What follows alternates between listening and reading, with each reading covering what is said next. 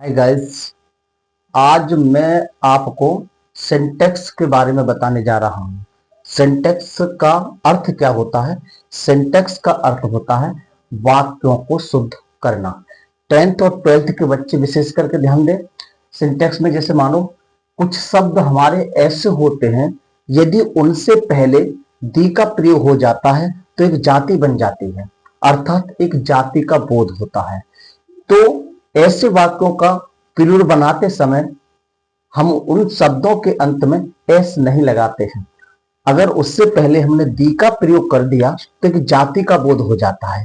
जैसे शब्द होता है, जैसे एक रिच, RICH, रिच के आगे हमने कर दिया दी रिच, दी रिच, इसका मतलब होगा अमीर लोग, अमीर लोग।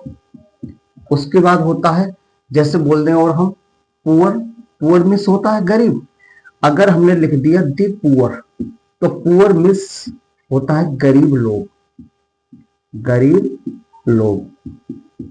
उसके बाद होता है वीक, वीक मिस होता है कमजोर, वीक मिस कमजोर, और हमने लिख दिया दी वीक तो इसका मतलब हो गया कमजोर लोग, कमजोर लोग। उसके आगे होता है जैसे इंग्लिश, इंग्लिश मिस होता है अंग्रेजी। अगर इंग्लिश से पहले हमने दी लगा दिया तो दी इंग्लिश, तो इसका मतलब होता है अंग्रेज लोग, अंग्रेज लोग। कुल मिलाकर रिच पुअर वीक इंग्लिश से पहले हम दी लगा देते हैं तो प्लूरल बन जाता है। अर्थात इनका प्लूरल बनाने के लिए इन शब्दों के अंत में हम एस नहीं लगाते हैं, और इन शब्दों के बाद जो हेल्पिंग वर्ब जो यूज होती है वो प्लूरल होती है, अर्थात बहुवचन आता है। जैसे दी, जैसे दी पुअर इज सैड, गरीब लोग दुखी होते हैं। तो दी पुअर में सो गरीब लोग, अर्थात ये प्लूरल हो गया। जब ये प्लूरल हो जाता तो इसके बाद जो हेल्पिंग वर्ब जो आती है वो भी प्लूरल आती है। अभी ये इनकरेक्ट है आपका, मतलब अशुद्ध है। जब हम इसको शुद्ध करेंगे तो ये होगा दी पुअर आर सैड, ये इसका करेक्ट हो गया। उसके बाद जैसे the rich, the rich hates the poor, अमीर लोग गरीबों से नफरत करते हैं। तो हेट्स होता, मान लीजिए हाँ हुआ हेट्स, तो दी रिच प्लूरल होता है तो इसके साथ जो आएगा जो करेक्ट होगा तो the rich hate the poor, the poor, ये करेक्ट हो गया। और जैसे तीसरा सेंटेंस और बोलते हैं इसे ऑलवेज हेल्प दी पुअर्स, पुअर्स। अब इसका जो हम करेक्ट करेंगे, अशुद्ध है अभी आपका, तो अशुद्ध जब इसका करेक्ट करेंगे तो पुअर का प्रयोग बनाने के लिए इसके पीछे हम एस नहीं लगाते।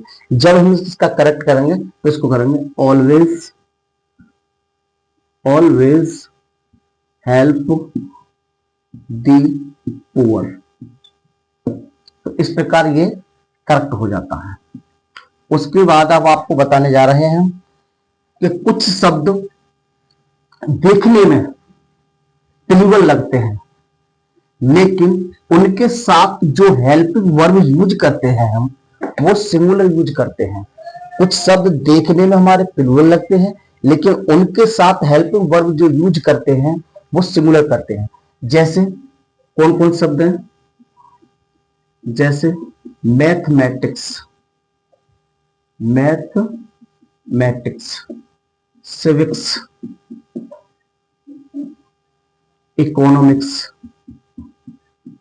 Economics, physics, dynamics, dynamics, dynamics, mathematics, ये आएगा आपका।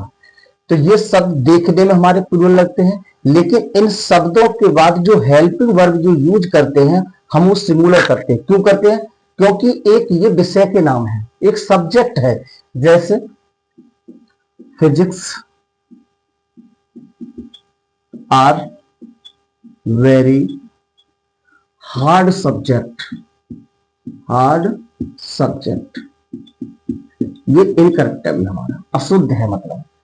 तो फिजिक्स एक विषय का नाम है, तो इनके साथ, लेकिन भले ही देखने में ये प्लूरल लगते हैं क्योंकि इनके पीछे ऐसे लगा हुआ है, लेकिन हम इनका प्रयोग एक वचन में करते हैं। तो इसका जो करेक्ट करेंगे हम, जब इसका शुद्ध करेंगे हम इसका, तो physics is very hard subject, hard subject, ये करेक्ट हो गया। उसके बाद एक चीज और विशेष बता रहा हूं, जो 12th में बोर्ड एग्जाम लगभग हर साल आता है। जैसे एक शब्द होता है, यदि वाक्य का सब्जेक्ट, एक रूल होता है, यदि वाक्य का सब्जेक्ट वन हो, ONE हो, तो हिज के स्थान पर, हिज के स्थानों पर वंश आता है, वंश आता है। वंश कैसे आता है? यदि वाक्य का सब्जेक्ट हमारा वन हो तो हिज के स्थान पर वंश आता है। सीधी सीधी बात सेंटेंस है, जैसे one must do his work, his work, ये सेंटेंस आपको, तो ये ध्यान रखना है आपको, जब वाक्य का सब्जेक्ट वन हो तो यहां जो हिज आता है तो हिज के स्थान पर वंश आता है। ये अभी इनकरेक्ट है। जब इसका हम शुद्ध करेंगे हम इसको, तो इसको करेंगे one must do once work, तो ये हुआ इसका शुद्ध, ये इसका शुद्ध हुआ है, तो वन वाले वाक्य में हिज के स्थान पर वंश आता है। उसके बाद होता है, कुछ शब्द में सिर्फ थोड़ा ही परिवर्तन करते हैं। और कौन कौन शब्द हैं? जैसे, तो कुछ शब्द हमारे ऐसे होते हैं जिनके बाद हमेशा टू आता है। कैसे होते हैं? जैसे junior, senior, inferior, inferior, superior, prepare,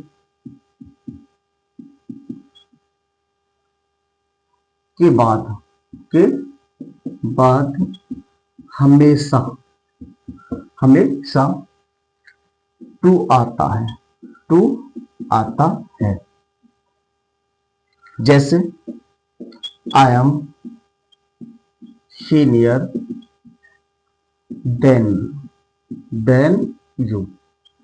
अभी आपका इनकरेक्ट है, मतलब अशुद्ध है। तो ये शब्द भले ही हमारे कंपैरेटिव डिग्री के शब्द हैं, लेकिन नियम होता है कि कंपैरेटिव डिग्री के बाद हमेशा हम देन का प्रयोग करते हैं। लेकिन ये एक अपवाद है कि junior, senior, inferior, superior, prepare के बाद देन के स्थान पर टू आता है। जब हम इसका करेक्ट करेंगे तो इसका आएगा I am senior to you, ये करेक्ट हो गया। हाय गाइस, अगर आपको हमारी वीडियो अच्छी लगी हो तो वीडियो को लाइक करें, चैनल को सब्सक्राइब करें और बेल आइकन भी दबा लें, ताकि आगे नोटिफिकेशन जितने भी हम आपको पढ़ाएं वो आपके पास पहुंचते रहें। Thank you so much.